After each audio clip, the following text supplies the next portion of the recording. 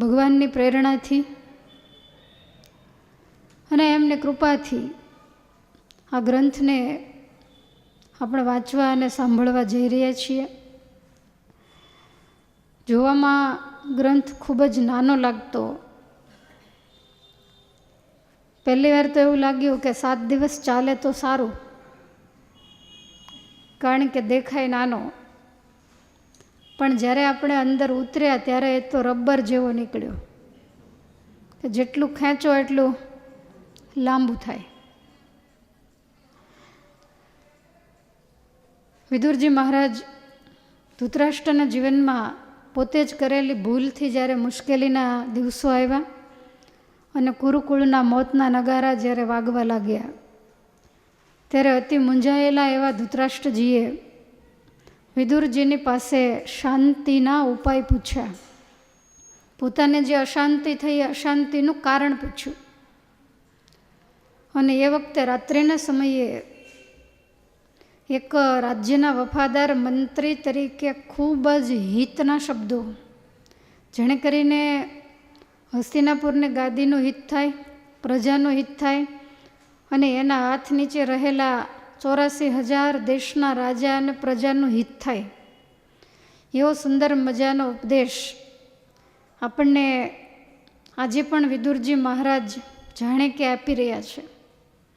જ્યારે વંચાતું હોય ત્યારે એવું લાગે કે વિદુરજી અત્યારે જ આ વાત કરી રહ્યા છે. તો વિદુરજી 4નો આંક બતાવી અને હવે 5નો આંક બતાવે છે. અમુક 5 વસ્તુઓ એ પણ જીવનની અંદર સ્વીકારવા જેવી હોય, કોઈક વળે ત્યાગ કરવા જેવી હોય, ઘણામાંથી લેવા જેવું હોય.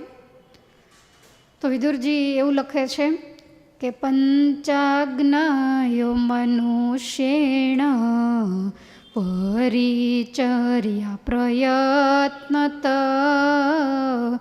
પિતા માતાગ્નિરાત્મા ગુરુશ્ચ ભરતર્ષભ.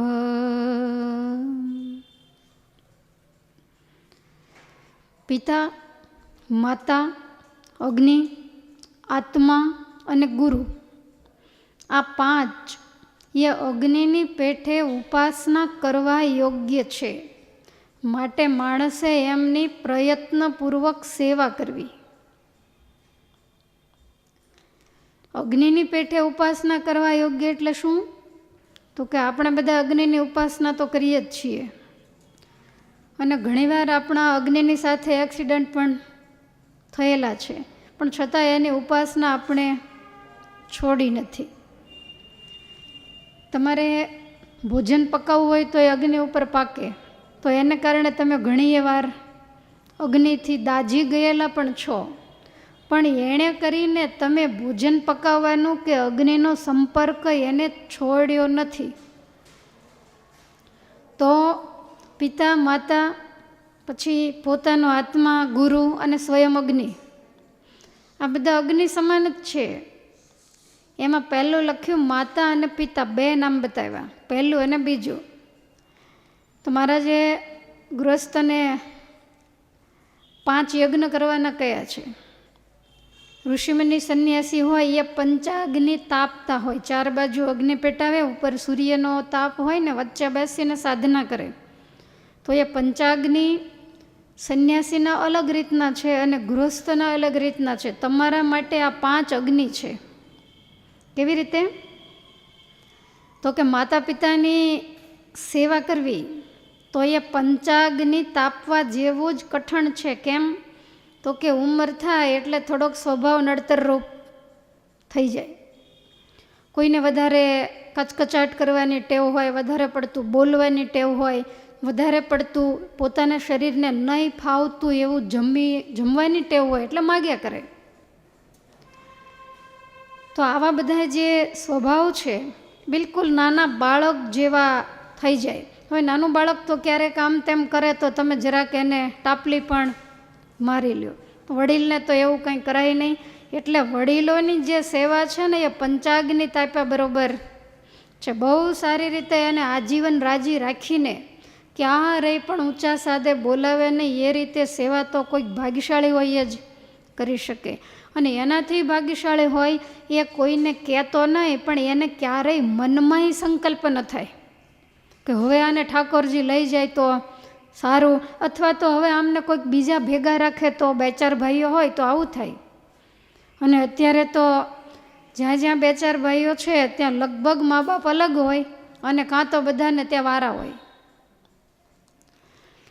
બધાને ખૂબ હૃદયનો ભાવ હોય અને વારા હોય એનો તો કોઈ વાંધો નહીં કે બધાના છોકરાઓને વડીલોનો લાભ મળે, પણ આવું લગભગ બહુ ઓછું હોય છે. વારા કંટાળીને જ થતા હોય કે બધાના મા બાપ છે, મારે એકલાને શું છે. અને ક્યારેક એમના સ્વભાવ પણ એવા હોય, પણ એ વસ્તુને ગૃહસ્થએ ભૂલી જવી જોઈએ. આપણે નાના હતા અને જેવા આપણા સ્વભાવ હતા એવા અત્યારે મા બાપના નથી હોતા. આપણે જે વસ્તુ જોઈતી હોય એ ધમ પછાડા કરીને માગતા. તો વડીલો એવું નથી કરતા. અને આપણે નાના હતા ત્યારે ગમે તે વાતો પૂછ્યા કરીએ તો વડીલો માથે હાથ ફેરવીને જવાબ દેતા. છેલ્લે બની શકે કે એનો સ્વભાવ એવો થઈ ગયો હોય કે વાતની વાતમાં પૂછ્યા જ કરે. શાક માર્કેટ જઈ અને નાના બહેનો આવે તો પૂછક શું લાવ્યા, એટલે પહેલાં બોલે શાક, તો કે શાકમાં શું શું લાવ્યા. ડાયા સ્વભાવના સારા હોય તો ગણાવે કે રીંગણ લાવ્યા, દૂધી લાવ્યા, તુરિયા લાવ્યા. તો પૂછે રીંગણનો શું ભાવ. હવે આ તો વડીલ છે, આ તો ગમે ત્યારે ગમે તે પૂછે. એટલે આ લોકો એમ કે ભાઈ 35 રૂપિયાના કિલો, તો કે અમારી વખતે 1.25 રૂપિયાના કિલો મળતા. હવે આનો સ્વભાવ છે, આપણે સાંભળી લેવાય કે ભાઈ તે દાડે તમારે મોંઘવારીનો જમાનો હતો ને અત્યારે તો એટલી બધી મોંઘવારી છે, આ તો આટલાના કિલો, ભીંડો તો 80 રૂપિયાનો કિલો મળે છે.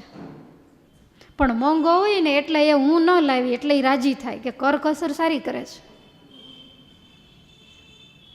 પણ આપણે એના જેવું ન થવાય. કાલ સવારે આપણું શું થશે એ કાંઈ નક્કી નથી. અને આવો મા બાપનો સ્વભાવ હોય અને જે ખમી ન ખાય ને એ તો પછી ગરડા થાય ત્યારે હું માનું છું ગાંડા જ થાય, કારણ કે પાપ લાગે. એટલે આને અગ્નિ જેવા એટલા માટે કીધા છે. ક્યારેક ક્યારેક બોલે એવું તો આપણે દાઝી જઈએ, પણ કાંઈ વાંધો નહીં, મલમ પટ્ટી મારી દેવાની. આ સમજણ રૂપી મલમ પટ્ટીથી બધું ખમી ખાવાનું, એ રહ્યા એટલું કાંઈ રહેવાના નથી. પણ બહેનોના સ્વભાવ પ્રમાણે ક્યારેક થોડુંક વધારે પેલું થાય ને ત્યારે થોડાક ઉગ્ર થઈ જાય, પછી ગમે એમ કહી દે ને પાછા પસ્તાય, પણ એનો કોઈ મતલબ રહેતો નથી. બીજું કંઈક વાગ્યું હોય ને તો જલ્દી મટી જાય, પણ શબ્દના બાણ છે જલ્દી રૂજાતા નથી. એટલે એ અગ્નિ સમાન એને કીધેલા છે. તો એના સ્વભાવ વગેરેની સામે નહીં જોતા શ્રદ્ધાથી અને હૃદયથી એમની સેવા કરવાથી માણસ ઋણ મુક્ત બને છે. ત્યાર પછી આવ્યા ગુરુ.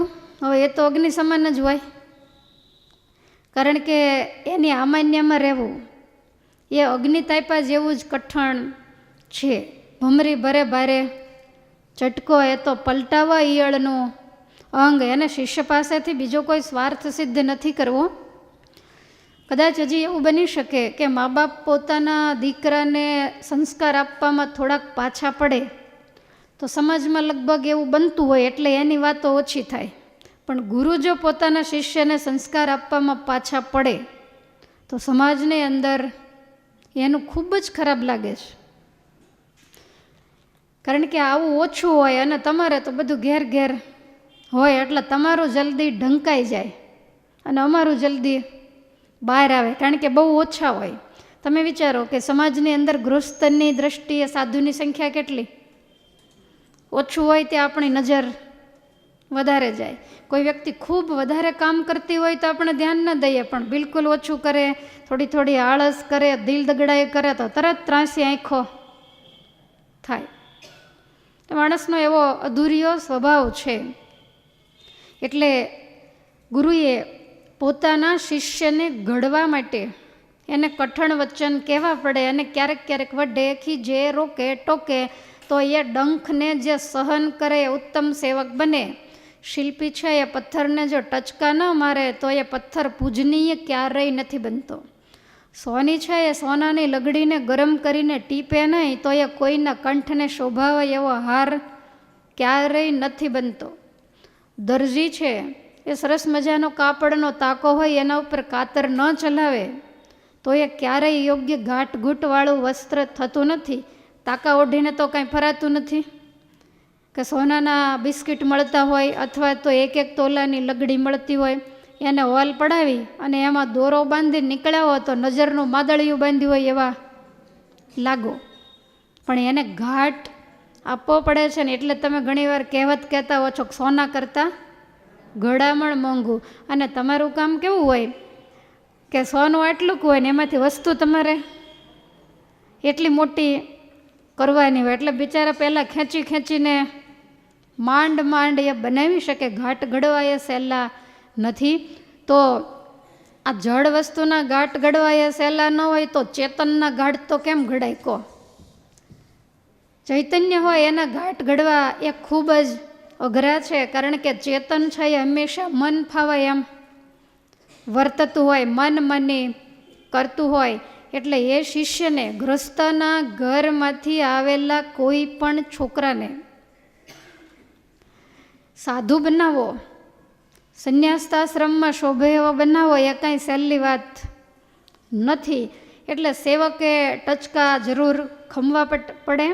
અને એ ગુરુ છે એ જ જીવાત્માને માયાના મેલ દૂર કરી અને ભગવાનને ગમે એવો બનાવે છે. તમારું નાનું બાળક હોય, શરીર આખું ગંદુ હોય, બગડેલું હોય તો એનો પિતા એને નહીં તેડે.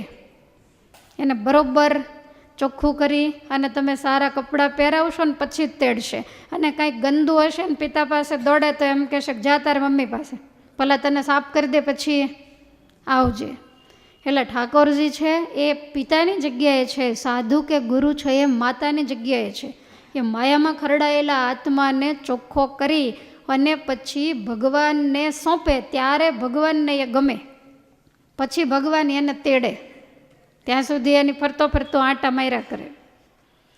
હરિલીલામૃતની અંદર વિહારીલાલજી મહારાજે જ્યારે ગ્રંથ લખવાની શુભ શરૂઆત કરી, મંગળાચરણની અંદર મહારાજશ્રીએ વંદના પ્રકરણ લખ્યું છે. અને એ વંદના પ્રકરણમાં પોતાને વર્તમાન ધરાવનારા સદગુરુવર્ય ગુણાતીતાનંદ સ્વામી, વિહારીલાલજી મહારાજને ગુણાતીતાનંદ સ્વામીના વર્તમાન હતા. તો એમણે ગુણાતીતાનંદ સ્વામીની વંદના કરતાં એવું લખ્યું છે કે મને સત્સંગીના નિયમ શુભ આપી સુખી કરો, દયાણી વાણી વદી શુભ વળી સંશય હરો, કર્યો એવો જેવો વૃષકુળપતિને મન ગમો, ગુણાતીતાનંદ સકળ ગુણકંદ નમો નમો. કયો રાગ છે? કયો રાગ છે આ? બેઠા છો સામું જોઈને તે કયો? શ્રગધરા. સાધ્યો અષ્ટાંગ યોગ મને સત્સંગીના. તો અટવાઈ ગયા? તમને નથી ખબર?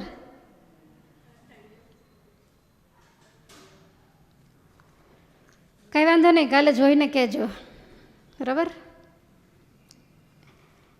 તો વિહારીલાલજી મહારાજે એવું કહ્યું કે મને સત્સંગીના નિયમ શુભ આપી સુખી કર્યો.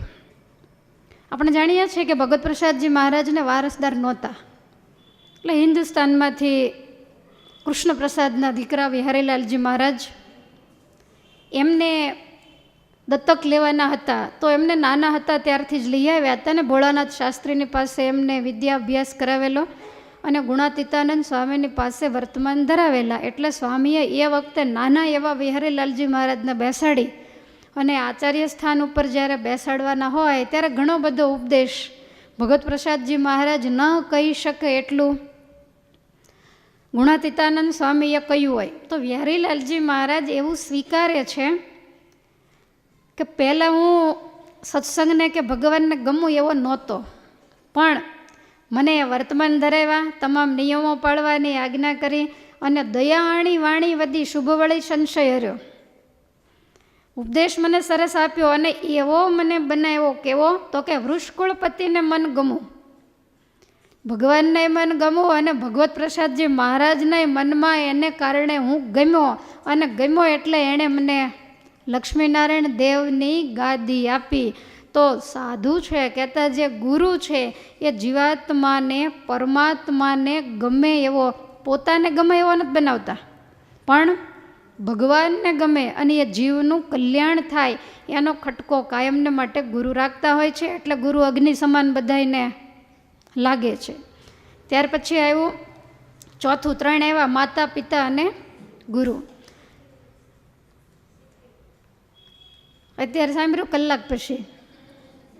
આ વસ્તુ તો કેવી હોય કે અહીંયાથી લય ચાલુ થાય એટલે તરત જ મગજમાં એ વસ્તુ બેસી જવી જોઈએ. તમે લોકોએ તો પાકા કર્યા છે, મેં તો પાકા એ નથી કર્યા. પણ ગમે ત્યારે પ્રશ્ન થાય તો એનો પછી તમે જે જવાબ આપ્યો ને એ દીર્ઘસૂત્રીપણું થયું.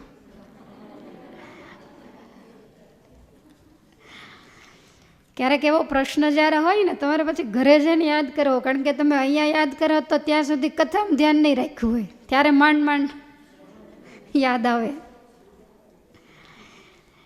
તો શિખરીણી રાગ છે, પણ આપણે સીધો ચલાવીએ છીએ અને મેં આરો અવરો કર્યો છે. એટલે તમને તરત જ દોડવું હતું ને ઢાળ મળ્યો કે એટલે જ અમને ન સમજાયું.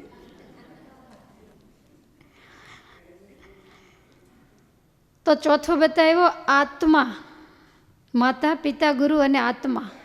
આત્માની ઉપાસના કરવી એ અગ્નિ સમાન છે, એ તો 100% છે. તો આત્માની ઉપાસના કરવી એટલે શું? તો કે આત્મા અને દેહ એ બેયને જુદા પાડવા.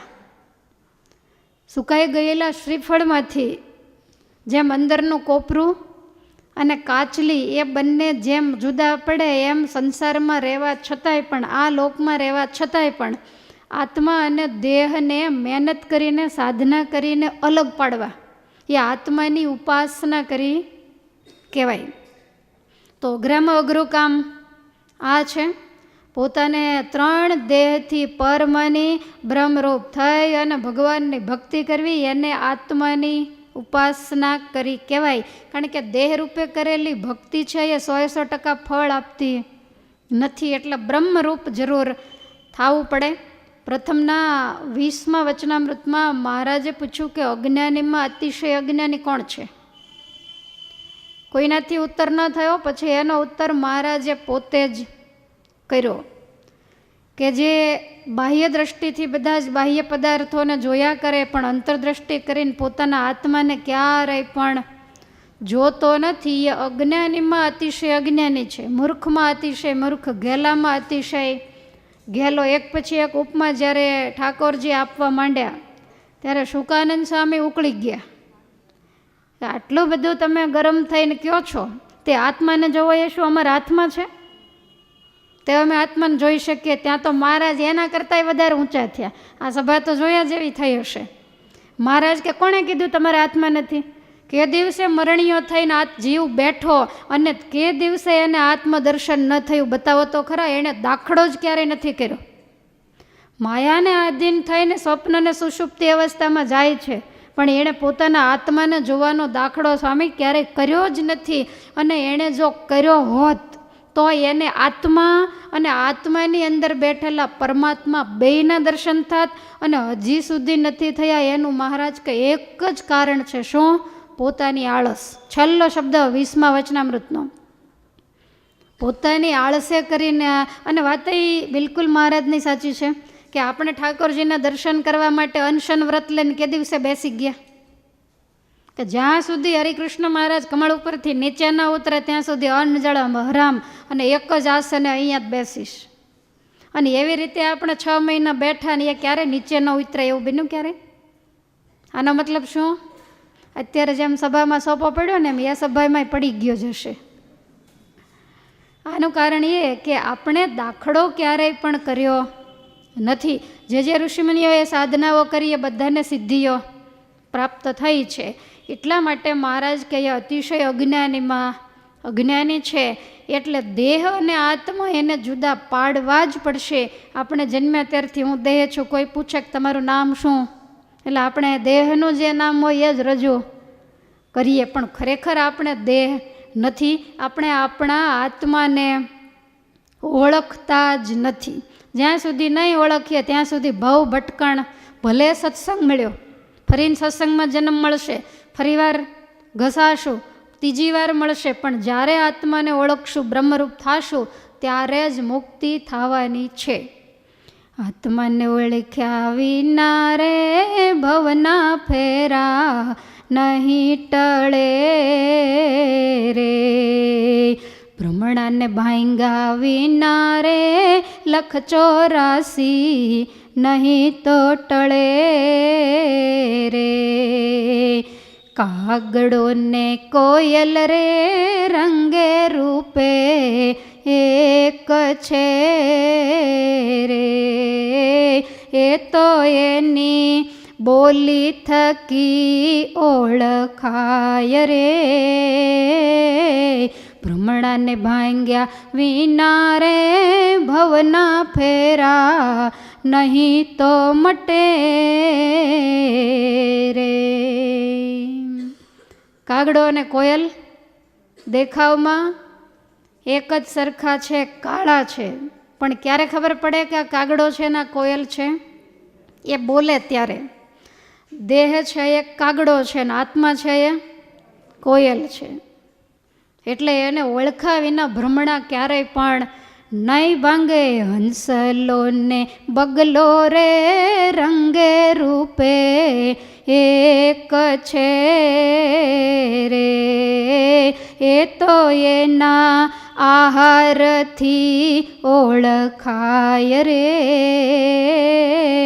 આત્માને ઓળખા વિના રે ભવના ફેરા નહીં તો ટળે રે. બેય સફેદ, હંસલો અને બગલો, એ બોલવાથી નહીં ખબર પડે, કારણ કે હંસની ભાષા આપણે સાંભળી નથી. પણ એ ક્યારે ખબર પડશે? તો જે હંસ હશે એ સાચા મોતીનો ચારો ચરશે, અને બગલો ક્યાંક માછલી દેખાય એટલે ઝપટ બોલાવશે. બંનેના આહારમાં ફેર છે. સતીને ગુણિકારે રંગે રૂપે એક છે રે.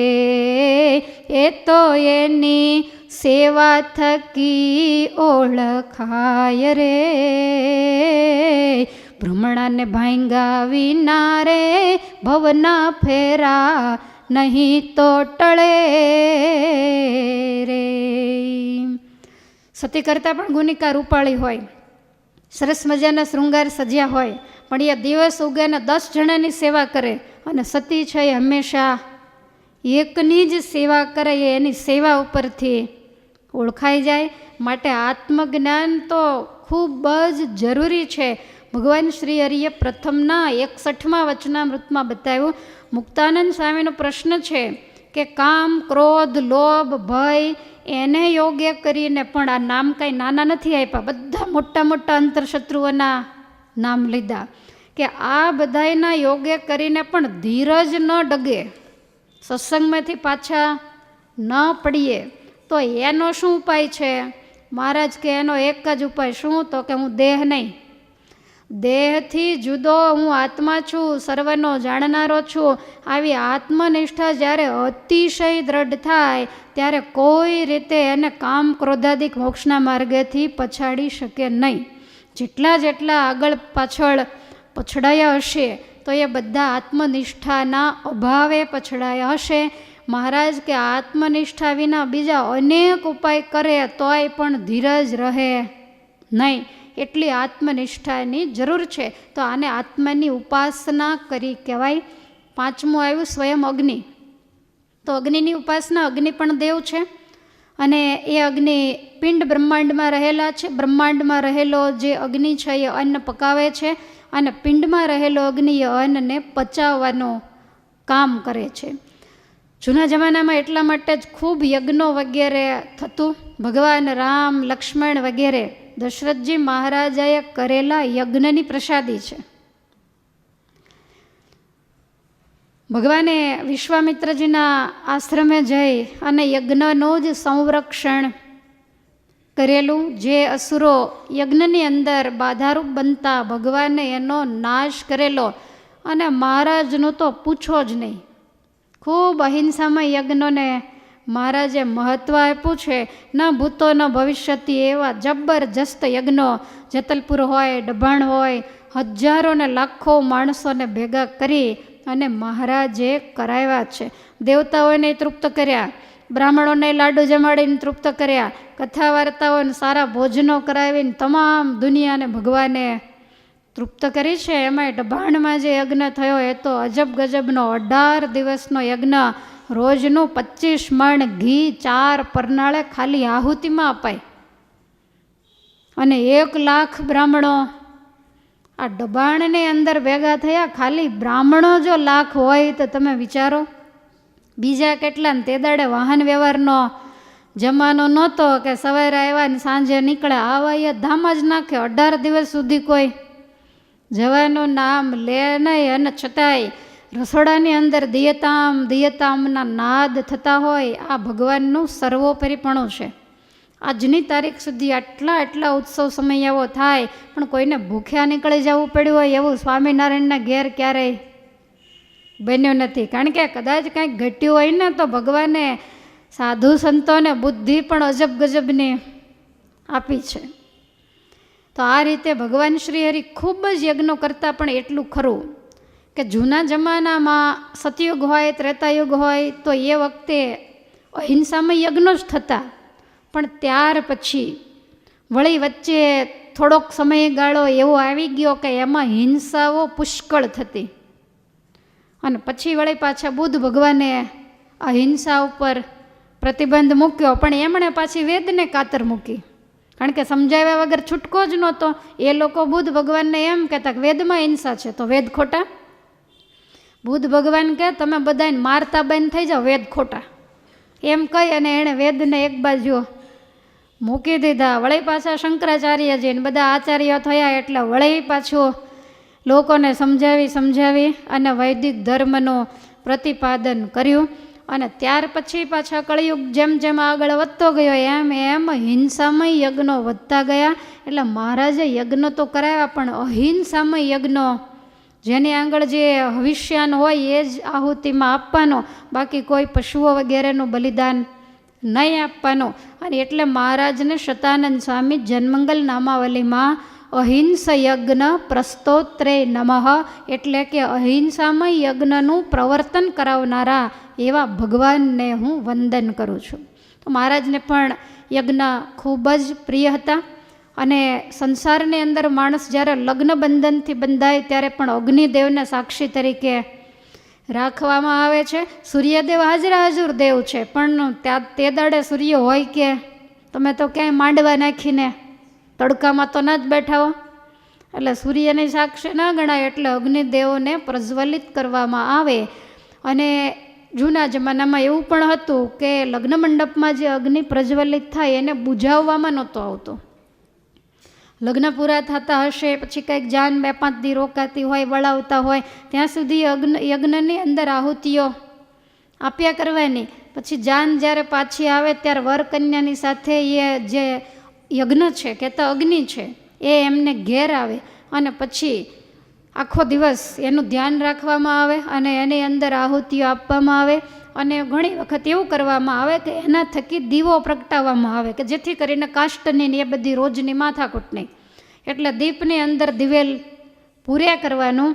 અને એવું કહેવાય છે કે પછી એ સ્ત્રી કે પુરુષ એનું જ્યારે મૃત્યુ થાય ત્યારે અગ્નિ સંસ્કાર માટે એ અગ્નિ લઈ જવામાં આવતો. કેવી આપણી ભવ્ય અને દિવ્ય સંસ્કૃતિ હતી. તો એટલા માટે અગ્નિની ઉપાસના છે તો આપણી સંસ્કૃતિની સાથે વણાયેલી છે. પાંડવોએ પણ ભગવાનને સાથે રાખી અને રાજસુ યજ્ઞ કર્યો, અશ્વમેઘ યજ્ઞ કરેલો. ભગવાન વામનજી બલિ મહારાજાના દ્વારે જ્યારે 3 ડગલા ધરતી માગવા ગયા ત્યારે બલિ મહારાજા પણ યજ્ઞ જ કરાવી રહેલા હતા. ભગવાન રઘુનાથજીએ પણ ગાદી ઉપર આવ્યા પછી બહુ મોટો અશ્વમેઘ યજ્ઞ કરેલો. અને ભાગવતજીની અંદર પણ પંચમ સ્કંદમાં કથા છે કે નાભી મહારાજને મેરુ દેવીને પુત્ર નહોતા એટલે એમણે યજ્ઞ કરેલો અને પછી ભગવાન ઋષભદેવજીનું પ્રાગટ્ય થયેલું. અને એટલા માટે મહારાજે કહ્યું કે અમારા આશ્રિત જે ધનાઢ્યગ્રસ્ત હોય એણે આવા યજ્ઞ યાગાદિક પુણ્ય કર્મ કરાવવા. ગૃહસ્થને ઘેર હરિયાગ થાય એ તો બહુ મોટું પુણ્ય ગણવામાં આવે છે. એટલે આ રીતે અગ્નિની ઉપાસના દરેકે કરવી. હવે આગળ વિદુરજી બતાવે છે કે દેવ, પિતૃ, મનુષ્ય, ભિક્ષુક અને અતિથિ આ પાંચનું પૂજન કરવાથી માણસને લોકમાં નિર્મળ યશ મળે છે. કોને કોને? દેવ. એટલે દેવની ઉપાસના તો જે દેવદેવીઓને માનતા હોય, પણ આ દેશમાં એટલું સારું છે કે કોઈકને કોઈકની સાથે લોકો જોડાયેલા હોય છે. તો દેવની ઉપાસના, પછી માતૃપિતૃ ઉપાસના તો કરવી જરૂરી જ છે. પછી મનુષ્ય, તો મનુષ્યનું પૂજન કરવાથી, એટલે મનુષ્યનું પૂજન એટલે શું? તો કે કોઈને કોઈ રીતે દુઃખી માણસને મદદરૂપ થવું. એને કાંઈ ચાંદલો કરીને ચોખા ચોડવાના નથી, તો મા બાપને કાંઈ રોજ ઉઠીને ચાંદલો કરીને ચોખા ચોડવાના નથી. દેવ એક એવા છે કે એને રોજ ચોડો તો વાંધો નહીં, પણ એનું પૂજન કરવું એનો મતલબ એવો કે એ દુઃખી હોય કોઈ પણ રીતે તો એને આશ્રય આપવો, એને મદદરૂપ થવું, અન્ન, વસ્ત્ર વગેરેનું દાન કરવું. બીમાર હોય તો એની સેવા કરવી. શિક્ષાપત્રીમાં મહારાજ કે માતા પિતા, ગુરુ અને રોગાતુર એવો સંબંધી નહીં, કોઈ પણ મનુષ્ય, તો એમની સેવા જીવન પર્યંત કરવી આ મહારાજની આજ્ઞા છે. પછી ભિક્ષુક અને અતિથિ, તો એ તો આપણો કાઠિયાવાડનો તો કાંઈ કહેવા જેવું જ નથી, જબરજસ્ત નિયમ છે. કાઠિયાવાડની મહેમાનગતિ સાથે કોઈને મહેમાનગતિ ન આવે. એટલે કોઈ આંગણે ભિક્ષુક આવ્યો હોય તો આપણી સામર્થ્ય પ્રમાણે એને દેવું, પણ એને ટોછડા શબ્દો ક્યારેય પણ કદાચ ન દો તોય કાંઈ નહીં. સારી મીઠી ભાષા બોલીને ભલે એને વિદાય કરી દો, પણ તોછડા શબ્દ જ્યારે તમે કહો છો ત્યારે એ ભિક્ષુક છે કે એ અતિથિ છે, એનું જે પાપ હોય એ તમારે ત્યાં મૂકતો જાય ને તમારું પુણ્ય લઈને એટલે આવો ખોટનો ધંધો ડાયા માણસે ન કરાય. અને ભિક્ષુક આંગણે આવે એ કાંઈ 500 રૂપિયા માગે નહીં, એને તો કાંઈક અલ્પ સરખી ભિક્ષા આપવાની હોય. અને અતિથિ એટલે શું? તો કે કીધા વગર, જાણ કર્યા વગર આવે એ અતિથિ. પણ હવે બધું થોડુંક ઓછું થઈ ગયું છે. હવે તો સાધુ સંતો આવે તોય તમને ફોન કરીને આવે ને વેવાય આવે તોય ફોન કરીને, અને વેવાય છે એનો અતિથિ નથી કહેવાતા, એ પૂછ્યા વગરના આવે તોય. કારણ કે તમારે પાછું એને ત્યાં ચૂરમું ખાવા જવાનું હોય. એટલે આ તો એક પ્રકારનો વ્યવહાર થઈ ગયો. પણ પછી આપણે જેને ઓળખતાય ન હોઈએ, જેને ત્યાં આપણે જવાનું ન હોય ને અચાનક આંગણે આવી ચડે ને એને જમાડે, તો એ અતિથિ કહેવાય છે. આ પાંચનું પૂજન જે કરે તો આ લોકની અંદર નિર્મળ યશને વિદુરજી કહે છે પામે છે. વળી આગળ બતાવે છે કે પંચેન્દ્રિય મર્ત્યસ્ય છિદ્રમ ચેદેકમેન્દ્રિયમ તત્તોસ્ય સ્રવતી પ્રજ્ઞા ધૃતે પાત્ર દિવોદકમ.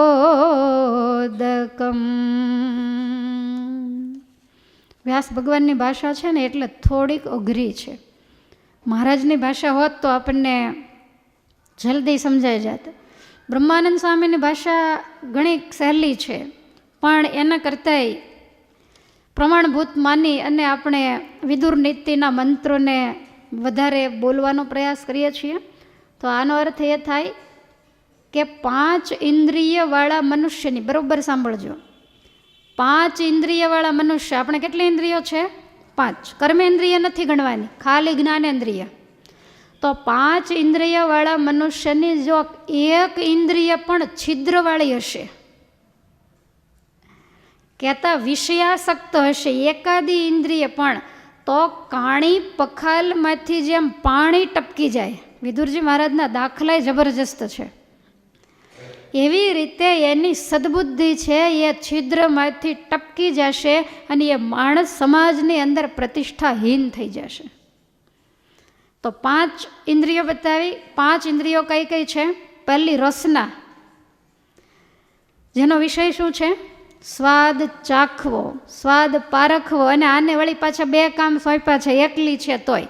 અમુક હોશિયાર માણસ હોય ને, નોકરી કરતા હોય, તો એ 2 માણસનું કામ એકલા કરે. એમ જીભ આપણી એટલી હોશિયાર છે કે 2નું કામ એક કરે. તમે જુઓ, એના સિવાયની બધી ઇન્દ્રિયો 2 છે. આંખો જુઓ, નસકોરા જુઓ, કાન જુઓ, એ બધા 2 પણ કામ એક જ કરે. અને આ એકલી છે છતાંય કામ 2 કરે. અને 2 કામ જબરજસ્ત, શરીરને ભયંકર નુકસાન પહોંચાડે એવા.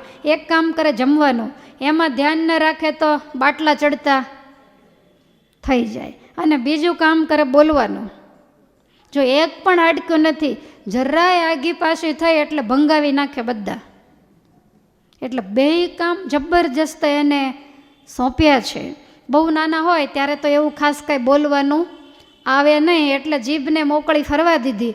પણ થોડાક મોટા થયા એટલે તરત જ 32 ભાલાની વાડ આજુબાજુમાં કરી દીધી કે આગી પાછી થાય નહીં. પછી વૃદ્ધાવસ્થામાં કાંઈ એવા વ્યવહાર કરવાના ન હોય એટલે પછી પાછું ઠાકોરજીએ એ બધું લઈ લીધું. નાના હોય ત્યારે ચાવવાની જરૂર ના પડે. તમે એને ચોળીને બીજું ત્રીજું જમાડતા હો, અને પછી કોઈ ચોળી દે નહીં, પછી તો આ બધાને ચોળી નાખે એવો થાય. એટલે જાતે. અને પછી જીભનો ચટાકો કે ચસ્કો લાગ્યો, પછી 60 વર્ષ થાય તો મૂકવાનું મન ન થાય, એટલે ઠાકોરજી ધીમે ધીમે 32 માંડે હલાવીને પાડવા. અને જો એ પડી ગઈ હોય તો પાછું આહાર થોડોક ચવાય નહીં, એટલે કંટ્રોલમાં. એને ઘણાય વટાણા ખાવા હોય પણ ભૂકો કોણ કરી દે? અને ચાવ્યા જેવી કાંઈ મજા આવે નહીં. એટલે પછી એ વસ્તુ પચે પણ નહીં, એટલે ઠાકોરજીએ પછી આ બધું લઈ લીધું. તો આ છે રસના ઇન્દ્રિય. ત્યાર પછી છે ત્વક, એટલે ચામડી, જેનું કામ શું છે? સ્પર્શ કરવાનો. ક્યાંય સુમાળો લીસો સ્પર્શ હોય તો આપણને અડવાયની આમ કપડું હોય તો નથી આપણે આમ બરોબર ઘણું પારખતા, તો એ સ્પર્શનું કામ કરે છે. ચક્ષુ કહેતા આંખ, એ ભયંકર કામ કરે છે જોવાનું. જો સારું જોવે તો કોઈ વાંધો નથી, પણ નબળી જગ્યાએ જાય તો ઉપાધિ થાય છે. આંખ આવે તોય ઉપાધિ, જાય તોય ઉપાધિ, આંખમાં કાંઈક પડે તોય ઉપાધિ, આંખ કોક માથે પડે તોય. આ ઉપાધિવાળું જ કામ છે. એટલે આને બહુ ધ્યાન રાખી અને કંટ્રોલમાં રાખવી પડે ને. એટલા માટે ઠાકોરજીએ બોલો બિલકુલ કોઈ પ્રકારના નટ બોલ કાંઈ નહીં, એમને એમ ઇઝી દરવાજા બનાવ્યા છે. તમને એવું લાગે કે નથી જવા જેવું, કામ પૂરું. કોઈને કહેવું નહીં, સ્ટોપર મારવી નહીં, જ્યારે ઈચ્છા થાય ત્યારે ખુલે.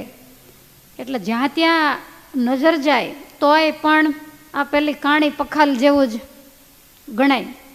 ત્યાર પછી ઘ્રાણ, જેને સરસ મજાની સુગંધો, કોઈ અત્તર, પાવડર, સુગંધિત તેલ વગેરે લગાવ્યું હોય ને બાજુમાંથી જરીક નીકળે ત્યાં તો નસકોરા ફૂલવા માંડે, સુગંધ આવી. તો એ ઘ્રાણનું કામ છે. અને છેલ્લું છે શ્રોત્ર, કહેતા કાન. આ તો બહુ દૂર દૂરથી મોબાઈલની જેમ બધું પકડી લે છે. પકડવાનું હું અહીંયા માઇકમાં કહું તોય ન પકડે, અને નથી પકડવાનું એ માઇક વિના. કોઈ અપશબ્દો બોલતા હોય, કોઈ ઝઘડા કરતા હોય, તે મારી જેમ સાઉન્ડ ગોઠવીને કરતા હોય, પણ તમને વિદુર નીતિ યાદ ન રહે. એ લોકો શું બોલ્યા, એ પુત્રવધુએ તમને કયો શબ્દ કીધો એ તમને જીવો ત્યાં સુધી યાદ હોય, પણ અહીંયાથી આટલા બધા શબ્દો કીધા હોય એ આપણને યાદ રહેતા નથી. એટલા 5 ઇન્દ્રિયોને પોતપોતાના વિષય ભોગવવા જરૂર દેવા, પણ એને કુમાર્ગે જવા ન દેવી. 5 ઇન્દ્રિયોના વિષય છે એ ભગવાન સંબંધી કરવા, દરેકના વિષય અલગ. અને જેણે જેણે ભગવાન સંબંધી કરવામાં કાંઈક કાચપ રાખી છે તો એના જીવનમાં બધી ઇન્દ્રિયો એક કલંક લગાડ્યાના અપરંપાર દાખલા છે. ઓળિયાના કવિ હરિભાઈ થઈ ગયા, એમણે બહુ સરસ ઇન્દ્રિયો ઉપર પદ લખ્યું છે. મન કયું મારું કહું તને સારું, વિષયમાં મન વળગ્યું તારું રે જીવલડા, જોને જીવ એમાં નથી સુખ તેમાં, હેરાન થયા છે હજારું રે જીવલડા. તને વિષય જ ગમે છે, પણ કવિ એમ કહે છે કે એમાં બિલકુલ સારું નથી. મોટા મોટાને પણ જેણે પછડાટ ખવડાવ્યા છે, કિંમતના કાંકરા કર્યા છે. એક એક ઇન્દ્રિયો એવી છે. પહેલો વિષય આવે શબ્દ, કહેતા જીભ. તો એ શબ્દ બોલવાથી શું થયું? સીતાએ કોઈ ટાણે કુશબ્દ અજાણે, લક્ષ્મણને દુઃખ લગાડ્યું રે જીવલડા. તો એનું પરિણામ શું આવ્યું? રામ વિયોગ થયો, રાવણ તેડી ગયો, ઘણા ઘણા દુખડે ઘેરાણા રે જીવલડા. મોટા મોટાના નામ લખ્યા. મારી તમારે જેવાના દાખલા દુનિયામાં બેસે નહીં, મોટાના જ દાખલા બેસે. તો સીતાજીએ અજાણતા લક્ષ્મણજીને કંઈક કુશબ્દ કયા હશે, એને કારણે લક્ષ્મણજી પાછળ ગયા, ભગવાનની પાછળ, અને રાવણ આવીને એમને લઈ ગયો. તો ઘણી ઘણી મુશ્કેલીઓ જીવનમાં આવી. માટે બોલતા પહેલાં ખૂબ જ ધ્યાન રાખવું જરૂરી છે. ત્યાર પછી બીજો વિષય છે સ્પર્શ.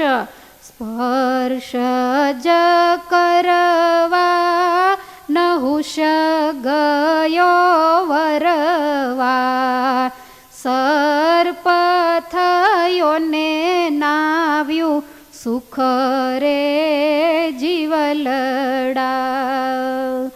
એક એક આખ્યાન મહારાજે માણાવદરની અંદર મયારામ ભટ્ટને ઘેર અધર્મ સર્ગનું જ્યારે ખંડન કર્યું ને, ત્યારે અધ્યાયોની અંદર આ બધાની વાત વિસ્તારથી બતાવી. આપણે સત્સંગ જીવનમાં ઘણી વાર સાંભળી છે.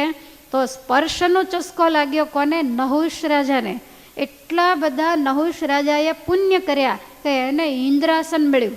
અને ઇન્દ્રને બ્રહ્મહત્યા લાગેલી એટલે એ તો કમળના વનમાં પ્રાયશ્ચિત માટે રહેલા.